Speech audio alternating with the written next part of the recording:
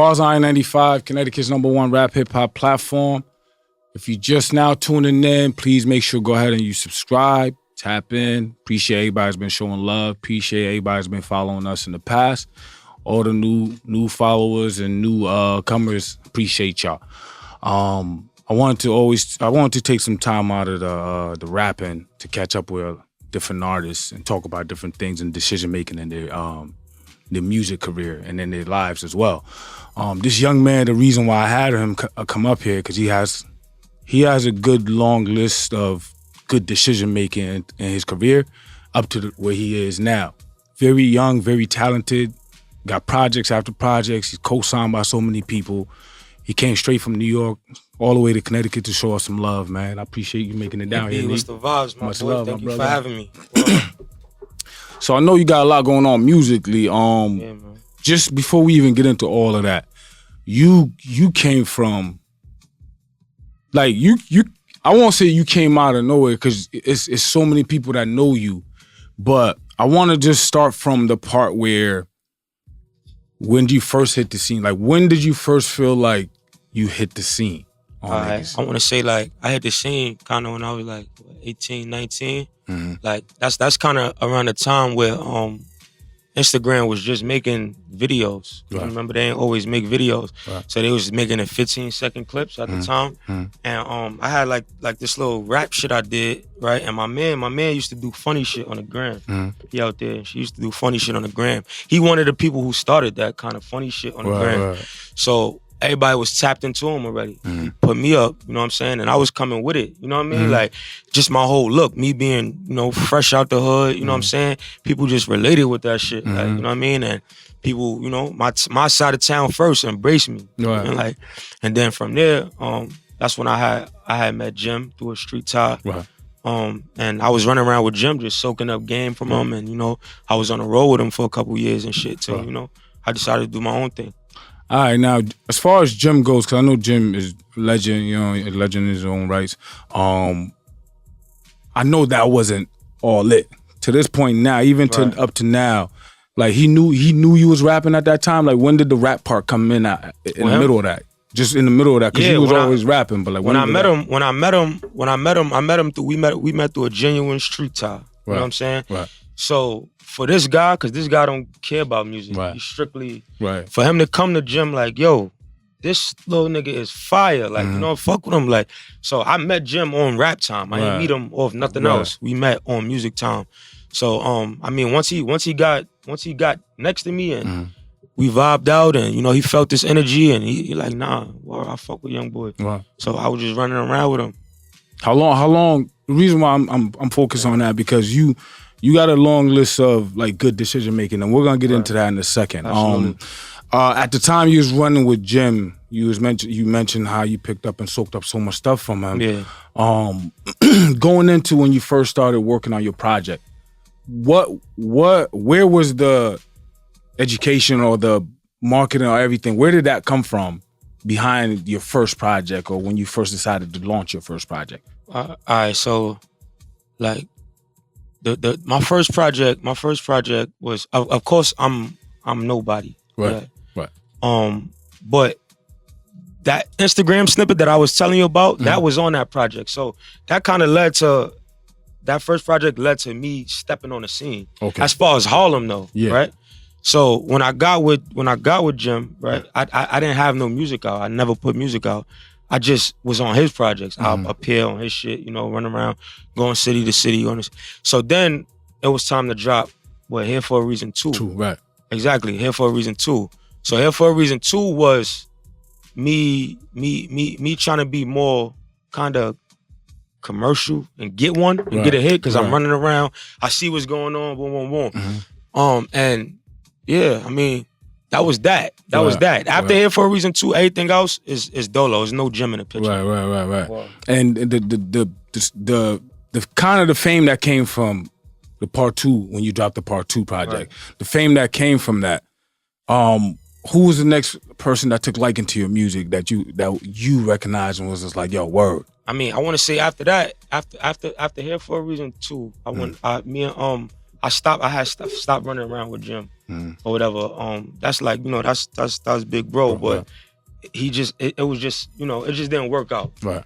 I went through a hiatus. I went to where I was back on the block, back in the hood, taking everything personal. You know what I'm saying? Just running around, just not really focused on rap, trying to get myself together.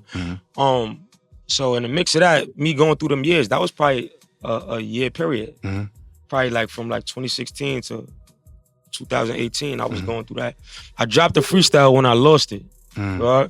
That shit went crazy. Freestyle went crazy. That's how me and Lucci got the relationship. Cause he ended up fucking with that, posting it up crazy, and we linked up. All right, so there's a reason why I want y'all to understand why. You trying to get the whole No, I got you. The reason why I wanna mention that because I do know and I pay attention to certain things, right? You was a young nigga that was running in the streets to the position you got in with linking up with Jim. From Jim dropping your mixtape and your project. No, wait. Jim never dropped nothing. Right, no, the process. So from coming from the streets, coming in and linking up with Jim, you had what, 2 projects by then? Or you had only 1 project by then? I had 1 project. And then you dropped another project after that. Yeah. Right, and then after that, you ended up getting you had a hiatus and then you came back with a crazy freestyle. Right. The freestyle went crazy. Exactly. Right, and then at that point, you ended up getting attention from dudes like YF and Lucci and a bunch of other niggas that I paid attention to, that I caught on. That's the point I caught on when I heard your freestyle. And the reason why I'm highlighting that is because I want y'all to understand, 1, it was through a freestyle. That's 1. Yeah. And 2, it's so much genuine, he's so genuine in telling his story and how important that is. Sorry to cut you off. It's so much shit I left out though. It's like that. That's just in a summary. You know what I'm saying? That's like a brief summary of what happened. But it's so much shit I left out. I kind of want you to talk about it. I mean, like shit like that, I can't really think about off the rip. I got you. Yo, when you in the moments, it's just the moments. Yeah. You know what I'm saying? But when you really sit down and get time to think about it, you be like, damn, I went through some crazy shit. Yeah. To get where I'm at. We not gonna act like a nigga got through this with no scars or no stain. Right. I done been through fucked up deal situations to where I'm going through it. I need the money, so let me take this deal and try to get the bag and fuck it up. Want to get out, stuck. I've been through all that shit. Don't ever think that the nigga made it through this shit with no stain. Negative. So I know that already, and I wanted because there's a lot of rappers that follow the platform. There's a lot of up and coming dudes that's paying attention to you, and they're like, yo, I want to do what he's doing or what he's done, not knowing you've been through some shit. And what caught my attention the most was you really are an independent artist. You move like 100%. Right. And I remember when you first said that, like when you originally said, I was like, yo, is he really independent? What is going on for him to be hitting the scene so hard? What is he doing? And again, there's more to the story, like you said. So let's just talk about the fucked up deal, right? Let's talk about that decision making, right? You was a young nigga that came from what you came from to what type of deal was it? Like who were you with at that time? So I had a song called Everybody, right? This shit was going crazy in the city. It was booming. It was booming for me. But the thing with Everybody wasn't me. It wasn't a song that I make. It wasn't me. It didn't feel good. So I didn't really pursue it, right? But the song got attention. Got the attention of certain labels. So specifically a guy from Atlantic who had a situation at Atlantic came and hollered at me, wanted me to be like, you know, the face of his partnership. He had a partnership with Atlantic. So basically I'm signed to him, signed to Atlantic. You get what I'm saying? So with that deal, me and this guy we didn't mix. We're 2 different type of people. He don't understand me. You know what I'm saying? He really don't understand me or what I'm trying to do. So that didn't work out. You know what I'm saying? I remember, you know, getting my events and going to the hood, fucking the events up. You know, I have, at this time, there's no OGs around me. How old were you? I want to say 18, 19, 20. Yeah, there's nobody around me that never made it in music or I'm not with Jim no more. I'm doing my own thing. I don't have nobody really like watching over this shit. Like, no, look, we're gonna get this bread. We're gonna lock in. We're gonna. Nah, I fucked it up. I got frustrated.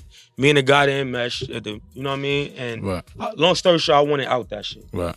I end up getting out the deal. And shit. I was back to figuring it out. How'd you get out of the deal? Was it something? Is it something you could talk about? Nah. All right, cool. Now, reason why I'm asking you that question is because one, I do want y'all to understand.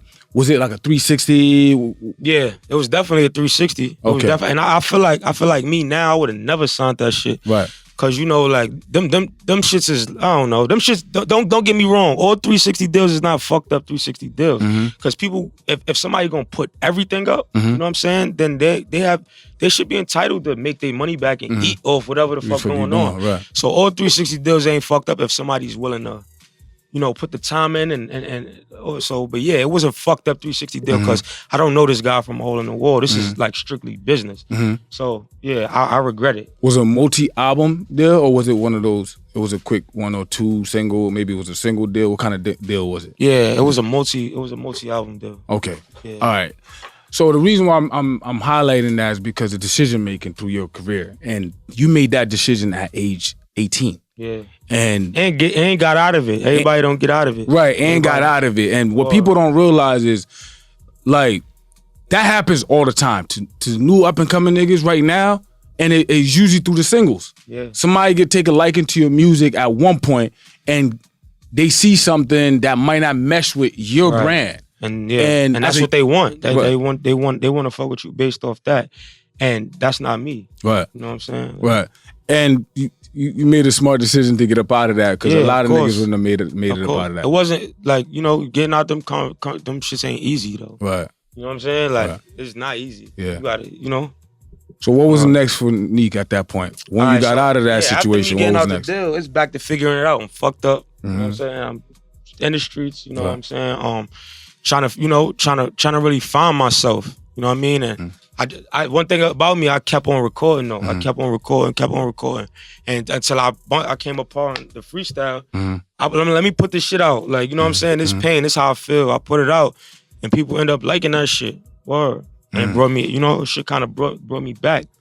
Then from there, I'm like, yo, let me thug this, you know, this independent ground out. I end up going to United Masters. Okay. I want to say I'm like one of like the first couple of artists that was on United Masters. You know what I'm saying? From a street standpoint, like what I did on that shit was like major. You know what I'm saying? Nah, I could vouch for that because again, that's when I paid attention to when you started talking about that independent shit. Yeah. Now, just before you go forward, your decision making changed at that point, right? Yeah. Before you went to United Masters. Right. Now, tell me. What game did you take with you at that point? You just got out of your deal. Your mind frame. Where were your mind frame business wise? Did you decide to get lawyers? Did you at that point, like, what did you do for you to be like, yo, I'm not gonna do this again? Yeah, I mean, what I would say is what I learned from it was one, you got always read your contract. Right. You got to make sure. A lot of artists get in this shit and they don't read their contract. Right. But I had a lawyer. Right? And no disrespect to this lawyer, because this actually turned out to be a good friend of mine. But Atlantic assigned me that lawyer. Right. This wasn't no lawyer that I found. Right. You know what I'm saying? They assigned me this guy.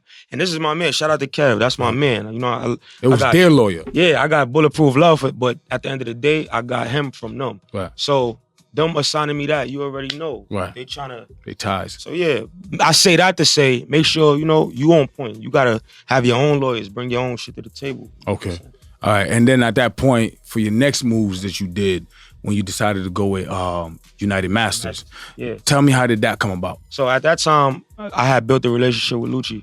Okay. So Lucci was taking me on a road heavy. I was, he was letting me open up with him. I mean, you know what I'm saying? He was real interested in, like trying to do business with me and shit. But I was trapped. I just a couple years ago, I was with Jim. Right. I already know how I feel to be somebody's little man, right, and I really didn't want to. I love that again. To death. Right. That's like, you know what I'm saying. Ain't nobody could talk about him around me. You know what I'm saying. But it's just, I wanted to do my own thing. So United Masters was a situation that was like big on owning your masters. You know what I'm saying, being independent. Right. Dishing out your own shit, just being a boss. Right. and we meshed. You know what I'm saying? And shout out to Track Masters Tone. The whole United Masters family, Steve Stout, they all accepted me with open arms. You know what I'm saying? And that part of my career was like, I loved it. You know what I'm saying? So for those of you who don't know United Masters, they you would say a label, right? They're a label, a distribution label that offer different services. Okay. Depending on your situation, depending on what deal you negotiate. Okay. What did you decide to do with them? Was it distribution only? Yeah, it was. Okay. It was distribution only, but we built the relationship so good that they did 50-50 shit for me. You know what I'm saying? Like, so that, I always got love for United Masters. If anybody ever asks me about them, I always point them in the right direction. Oh, you still with them now? Nah, I'm not with them no more, but I could always go distribute with them whenever I want. Right. Now, that deal, because people don't know, again, we hear distribution all the time, distribution. Oh, I got a distribution deal with them. What does that really mean? What did they do for your music at that time? Or your brand at that time? What did they do? Really what they did was give me a look. So we did when I first got with them, they like, yo, you got a problem with expressing yourself. Like you don't talk too much, you know what I'm saying? You're not really an interesting guy. But you could rap, but you're not really an interesting guy. So what we're gonna do is we're gonna do a short film, right? To bring out your character. You know what I'm saying? Which was a good idea because I would have never even thought of that. Let's do like a short. But we ended up doing Streets is Watching. Which is crazy. Which is crazy, yeah. For like anybody who watching who don't know who Track Masters is, it's like these guys got like 30 number ones. Like they legends in the game. Like Jay, now whoever you name. They work closely with me. I went to it's Tone and Poke. I went to Poke crib every day. Shout out to Tone and Poke. Yeah, for sure. I went to Poke crib, big ass house somewhere in Jersey every day, and we recorded there every day. So that shit was like they really fucked with me. That was genuine. And I wasn't in that type of deal. I wasn't in no 50-50 for them to be. Now, Neek, that shit don't happen to regular niggas. Hell no. You gotta be even some industry niggas, that shit does not happen. Poe and them niggas don't take, you know what I'm saying? Nah, you gotta be special. That's to me, I always looked at you as an artist that your potential on a business standpoint, you could see a lot behind it. You know what I'm saying? And obviously on a fan standpoint, on a consumer standpoint, you make music and you have a story, I should say. You have a story that's interesting to hear. Hell yeah. And I think with them, they took a liking to that because obviously they got it from the hoes, all the niggas from back in the days before us. You know what I'm saying? Sure. And just to bring it back all the way around, when it came to your decision making and working with them, your loop up with United Masters created that environment for you. Right? Exactly. Absolutely. Shout out to Steve Stout. He's a mogul. Right. And he welcomed me with open arms too. You know what I'm saying? It was like, it was nothing but love. Like, he went up, he had like an interview, Everyday Struggle, and shouted me out. I remember that. You know what I'm saying? Me and NLE Chopper, out of everybody that's on the roster. So that's major, especially coming from where I come from. Like, you know how rappers be like, yo, like I'm from the trenches, and I'm really like my shit crazy, like really, like you know what I'm saying? Like I'm talking about being locked outside project buildings, 30,000 on jewelry, and like I'm really from that shit, bro. You know what I'm saying? So anything that come my way be like a blessing. I'd be like, I can't believe this shit. Happening. So let's talk about that. Your decision as a young nigga that come from that. To where you're thriving to be and where you're going. I know your mind state has had to change, right? You can't be the nigga that's on the block just chilling. I mean, with everything. It's changing now. Right. I feel like I'm still trapped a little bit. I gotta get out of it. Let's talk about that, because there's a lot of niggas they're gonna get to a situation where you have to eventually. And I tell you and I tell the rest of the niggas, eventually you're gonna have to choose. Yeah. Especially when you know you have a chance. No, for sure. Of getting to I know what I want. But that transition is hard though. It's not a transition that you wake up and you be like, all right, bet. At the end of the day, I'm independent, you know what I'm saying? And I don't have no labels on my back. Like, yo, look, do this, do that, do this, do that. All I got is good friends, you know what I'm saying? And when they talk to me, it's up to me whether I'm going to listen or I'm not. But I'm changing though. I'm like slowly transitioning to where it's like I'm all the way out. You know what I'm saying? I want you to let them know you're gonna have to do that. Hell yeah. You know what I'm saying? That's 100%. You can't do both. Right. It's impossible. Right. I never seen nobody do Right. And it's dangerous. So again, that's very important. And the fact that I'm seeing you transition, like you got a lot of cosigns from a lot of niggas. And yeah, like a lot of niggas. Like I'm not talking regular niggas. Like I'm talking about Dirk. I'm talking about like all of these particular niggas. How did these relationships come about? I mean, I feel like I want to say being myself. Okay. You know what I'm saying? Like Lucci, I met Lucci online. I didn't meet him in person. But it's just something probably about what I'm talking about. And people believe in you though. Right. You know what I'm saying? Like people gotta believe you. And when I met him, I was everything he thought I was. You know what I'm saying? And just being myself. I'm not trying to portray no tough guy. Yo, when you come to New York, we pulled up. I got like, nah, this is me being myself. Dirk, same thing. Dirk gave me a verse free of charge. He didn't charge me for that. I wasn't no label or, yo, you gotta clear this. He came to the studio, gave me a verse, you know what I'm saying? I asked him about clearances. He said, you good. I cleared it. We all right. You know what I'm saying? So shit like that just come from being myself, bro. I don't know how to be nothing else. That's real, because that shit don't happen too often. If a nigga don't accept me for then fuck him. Right. Like, you know what I'm saying? On to the next. If you don't jack this wave or this shit, you know, niggas be funny. Facts. Now, just let's talk about your music, right? And the time that you in. Right now, a lot of it, you have a story. So you come from New York and you got a New York sound. And a lot of times when I say that, people get it like they try to go into the whole bars. You don't have to make a hit single. Nah, like you actually sound like the genuine sound of a New Yorker. You know what I'm saying? And how do you, for you to make music in this time and day, and when you first started, you was just trying to chase that single, right? At a time right now where you got all these situations, you see you're around all these hit makers and you see everything. How do you balance between saying, like, how do you make your music when it comes to your sound?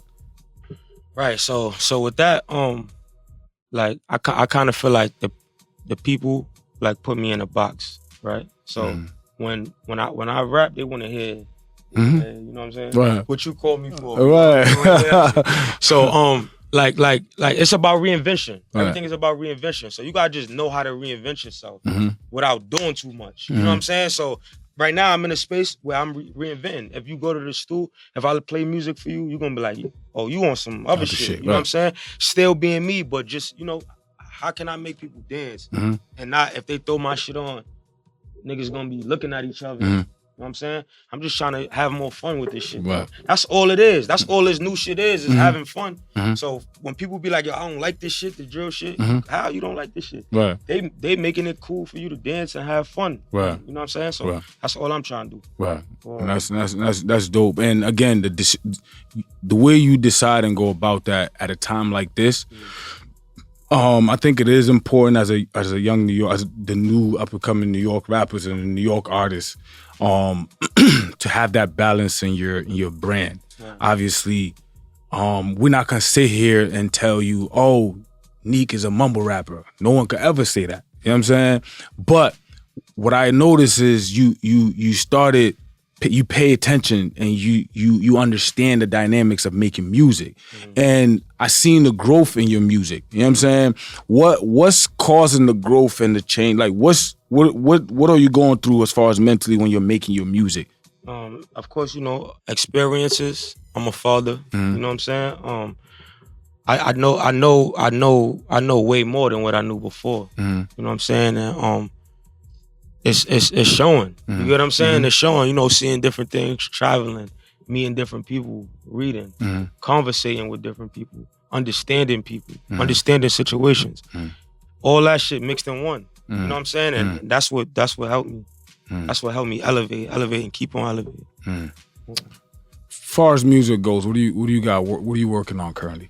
Right now I'm just recording. I'm ready to drop all this new shit I was telling you about and see how the people receive it.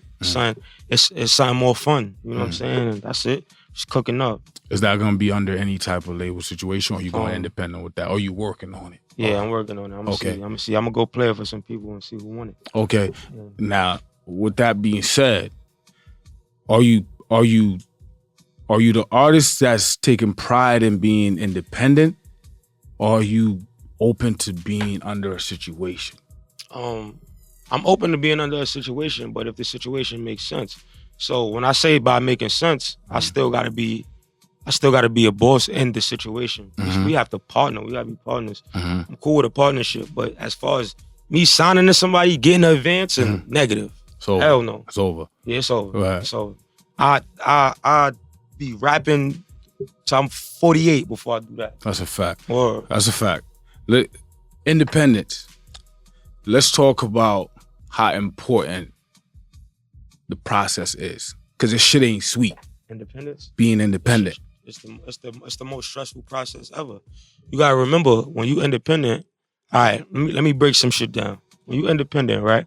You coming out of pocket. Everything, if you don't got no distributor, nothing, you coming straight out of pocket, right? So now look, a good video, how much you think a good video costs? I don't know. I'm not in the game, so you gotta have to put me on game. So look, if you want to get like what? Like 10. Yeah. All right, to lessen that. To get to lessen that, right? Just till you find somebody who nice with the red can. Right. That video budget is gonna be $5,000 to $7,000. You gonna pay if your man charge you $2,000 to use the camera. You gotta get dressed. You know what I'm saying? Right. You gotta find jewelry. You gotta get cars. You gotta scenery. That shit is it's gonna cost you. Right. Cool. So now that's one. That's just the video. Right. Okay. Studio time. Right. How much you think studio time? If we're talking single, or we talking about a project, because it's a whole budget for a whole entire project. Usually how people do it now, they don't work out budgets. If you independent, you don't got you're not sitting on a budget. You don't have a label saying, yo, look, we have 50,000, this is your budget. No, this is all you. So how people do it is they just go to the studio. We go get a 10-hour session. We pay $1,000. I mean, whatever it is. Right. You record in New York, Jungle City or some shit like that. Something crazy. That shit is about $300 an hour. You know what I'm saying? Right. Cool. To less than that, let's say if you go into a regular studio, that shit about $56. Right. Studio time, right? Now we at what? Where we at? Damn near 12, 13,000. 12, 13, right? yeah. You are? Right. So how much you think the beat costs? That's right, because you got to pay the producer. You think the beat costs? Yeah. Now imagine that doing that 8 times. 8 times for a project. That's 8 times for a project. That right. shit crazy. That independent grind, that shit ain't no joke. Right. But you gotta be built for that shit. You gotta use your character. You gotta know how to finesse that shit. You know what I'm saying? And that's all that shit. All that shit is. We ain't got $1 million. We ain't rich. You know what I'm saying? But we finessing that shit. You know what I'm saying? Like I'm gonna make you think I got a situation. Right. You gonna definitely think I got a situation. Right. And that's all off the muscle. That's all off the team. And that's important, right? Because being independent, like he just said, that it ain't cheap. 2, you run everything. So you gotta make sure the shit you trying to put together, even editing and shit like that, you gotta talk about how you want to see what you want to see. Yeah. And you gotta delegate and tell people what to do. So you're the head of everything. Yeah. And that's the part that, I gotta commend you on, because you've done a good job at it. You know what I'm saying? It's not too many artists that kind of hit that independent run and making a good stride at it. Getting the cosigns you've been getting, getting the partnerships that you've been getting. And the question that I do want to ask you is, with all of that being said and being independent, having to put the budget up, how do a independent artist like you maintain your budgets and being able to, like, your decision making on how you make your money? How do you budget your money? Do you have a team around that helps you budget your joint, or are you the one that decides, yo, I'm gonna go to this show, I'm gonna book? Like, how do you put this shit together? See, I'm the type of person that's going like I'm gonna do it regardless. Type of person. So see, with my team, right? We like, we together. You know what I'm saying? And I accept whatever they can do. It's like part of you gotta remember, this is your career though, at the end of the day. You know what I'm saying? It's not, nobody else is chasing the dream but you. So I accept whatever my team can do. And whatever else they can't do, I'm gonna figure that shit out. It's gonna happen. Right. You know what I'm saying? Right. But I'm gonna figure it out. I'm always gonna figure it out. That's why I'm here though. You know what I'm saying? That's why this shit look how it look, cause I'm gonna figure it out. Word, if we take a math test and I fail that shit, I'm gonna pass the second time because I'm gonna figure out how to do that shit. And that's all this independent shit is. It's figuring it out. How you gonna do it? Can't complain. Don't get me wrong. It's stressful. It's times you might see somebody get a deal and they shoot past you. They might get the look that you want or that you can't get because it's a label involved. But that shit gonna come. I seen it happen so many times. Right. I seen the nigga get a feature that I wanted. I can't get it at the time, but I got it though. You know what I'm saying? And for the record, I never paid for a verse. Never paid for a verse. Only when I was coming up, one person charged me. But that, I understood. I was on a warm up. Right. But me being solidified, I ain't never paid for a verse. It's valid. So now, I just want to talk about the whole budgeting thing. Who makes the decisions and helps you budget? Because again, I want to highlight how important that is. Your financial decision making. Who helps you budget? Who decides and says, "Yo, you made 10 racks, 20 racks this show. This is how much you spend. This is how much you save. This is how much." Who helps you decide that? Yo, if I say me, you gonna think I'm fronting. Nah, I know it's you, so I want you to talk about it. People probably gonna be like, yo, he's wilding. I want you to talk about it. No way he do everything. That's why it's important, because I want you to let him know, because I knew this already about you. But like, let him know, like, who makes, when you make 10, you got to show tonight. So you got booked. There's a flyer. There's a promo behind it. Who decides, yo, the money you getting from that, let me put it here. Let me do this. Who makes those decisions? That's me. Where does that thought process come from? Because where do you learn how to budget? I told you, my mindset is I gotta get it done. I got who else? When I'm supposed to wait for somebody else to be like, yo, I'm gonna manage. I'm gonna manage your money. Nah. Right. I do everything myself. Like whatever, all that shit you see, that shit. Me and help from whatever my team can do. You know what I'm saying? But for the most part, I'm doing that shit. I'm on the emails. I'm picking the beats. I'm all that shit. So Neek, I want you to tell them how important a team is to you. Having a team. Having a team is very important. I mean, everybody, if you look at the greats, everybody won with a team. Ain't nobody ever did that shit by themselves. You know what I'm saying? So having a good team that you could trust and that supports you, you know what I'm saying, that'll go above and beyond. All that shit, like believing you when you don't believe in yourself. You know what I'm saying? That shit is all major. A team is very important. Nobody could do it dolo. That's dope. And as far as your team, you got a good set. So I know you do a lot of your own shit, but your team wise, you got a good team that helps you with your decision making. It's family. You know what I'm saying? It's family around. You know, like how I'm carrying it now. Like if it ain't family, then we not doing it. Cause I need you. You gonna if somebody smack your brother, you know what I'm saying? What you gonna do? It's on. Right. So if it's not family, then we not. You know what I mean? That's it. That's how we gotta carry it in this shit. Like that's the only way we gonna go far. We gotta care about each other. We gotta know this shit gonna work, and it's family. Real shit.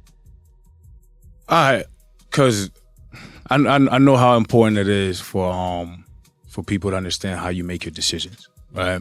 I know how important it is for me to display how much more of an artist you are than what people see. Everything you've been through, everything you went through to where you are helped guide a lot of decisions that you made. Now, where you are right now, any situations that, because you've seen a lot, you've seen more than a lot of other niggas, and anything industry-wise that rubbed you the wrong way on how crazy this game is, that people should look out for. Like as a young nigga that's out there right now, like, yo, I see Neek doing a lot and it looks good. Shit ain't all sunshine and rainbows. So I know, is there anything that you could say, like, yo, y'all niggas look out for this, because this is one of the things that stumped me. I'm not sure how every other city is, but where I'm from, right? My city is a crab in the barrel city. So what I mean by that is that it might be somebody who already litty, who already got it going on, and they know you fire. They know you fire, but they won't do nothing to help you though. You know what I'm saying? They won't album placement you. They won't jump on your and they see you. If you look, right? If you pay attention closely, right? The only lit artists that I got music with from my city is Dave East. Wow. You know what I'm saying? Wow. Yeah. That's a fact. You don't think that's crazy? Look, you from CT. Yeah, that's crazy. You fuck with me, right? You fuck with me. Like it be artists from all over. Fuck with me. You know what I'm saying? They tap in, they fuck. But my city, personally, my shit a little shaky. I don't know. That's a good point. Yeah, that's a good point. That's my experience. That's you know what? I ain't even think about that.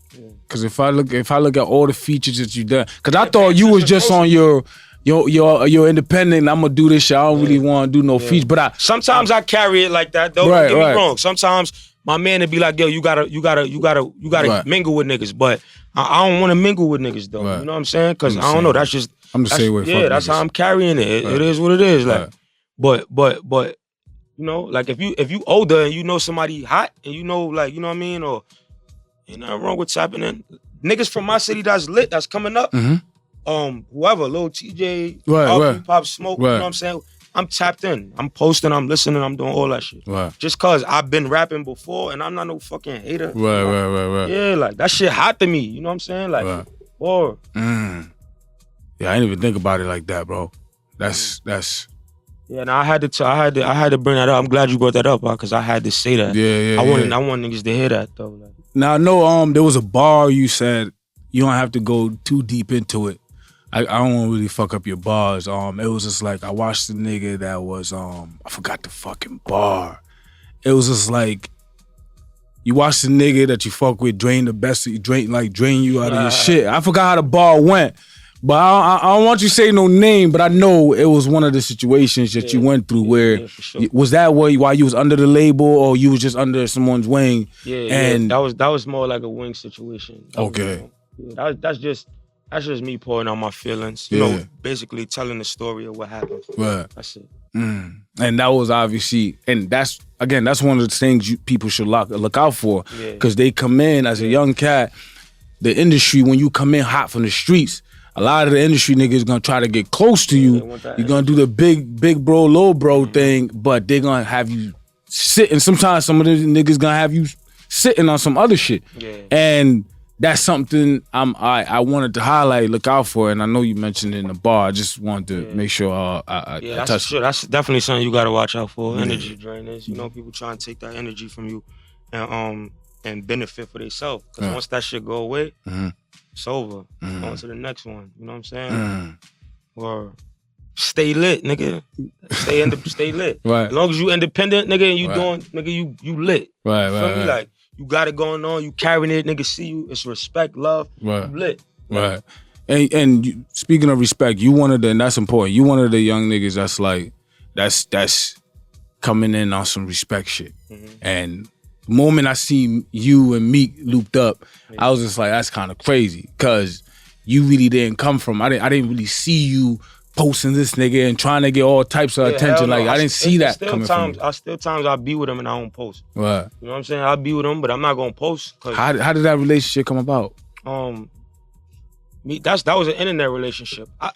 It was people in the middle of us who could have made the proper introduction, but nobody never made the proper introduction. You know what I'm saying?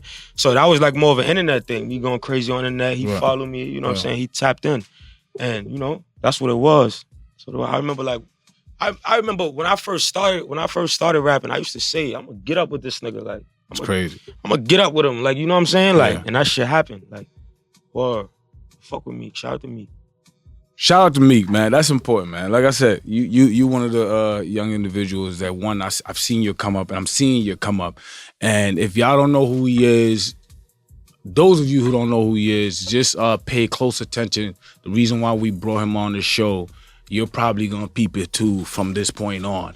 And for those of you who's been following Neek Bucks, very special artist, good decision maker, and I hope you continue making the good decisions that you're making and everything that you're doing going forward into your career. Just one more last thing before we close up. Your favorite artists, let's just say your top 5. Let me get your top 5, because I always do that before my guests leave. Who's your top 5? 50 number 1. Okay. Jay number 2. Okay. I fuck with DMX. So X. We were just talking about that shit. Shit crazy. Jadakiss number 4. And Pac number 5. You got a New York lineup for real, nigga. Yeah. Pac number 5. I fuck with Big too. I fuck with Big too, but is it like an interchangeable? That's like it's like heavy. It's like between Biggie and Pac. Of course, I wasn't. That's not my era or my generation. But me doubling back and hearing what I hear, I probably got my 5 because I don't know. I kind of relate to him more. Yeah. Shit. I gotta ask one more question, right? Give me one time where you experienced where you was just like, yo, I'm really it. The industry fucking with me. What's the one time you could remember like, yo, this rap shit really might work out for me? The Durkio story, the Lil Durk story. The Lil Durk situation. So when Durk was shooting a video in the Bronx, he don't even know he was in the trenches. He don't even know. But I was recording there. He was shooting a video and like they got like this little warehouse area. Right. So when I come in, he's like right there picking out watches. They don't even know they in the trenches. Right. He picking out watches. They got the jeweler there, a bunch of us. So I tap him and shit like, yo, what up? Turn around, yo, what's good? You know what I'm saying? Show you love. Yo, I see you was on live with Nicki the other day. I was on live with Nicki Minaj and shit. Well, I was on live with Nicki Minaj and shit. So you know, hey, they seen that. I seen you was on live with Nicki the other day.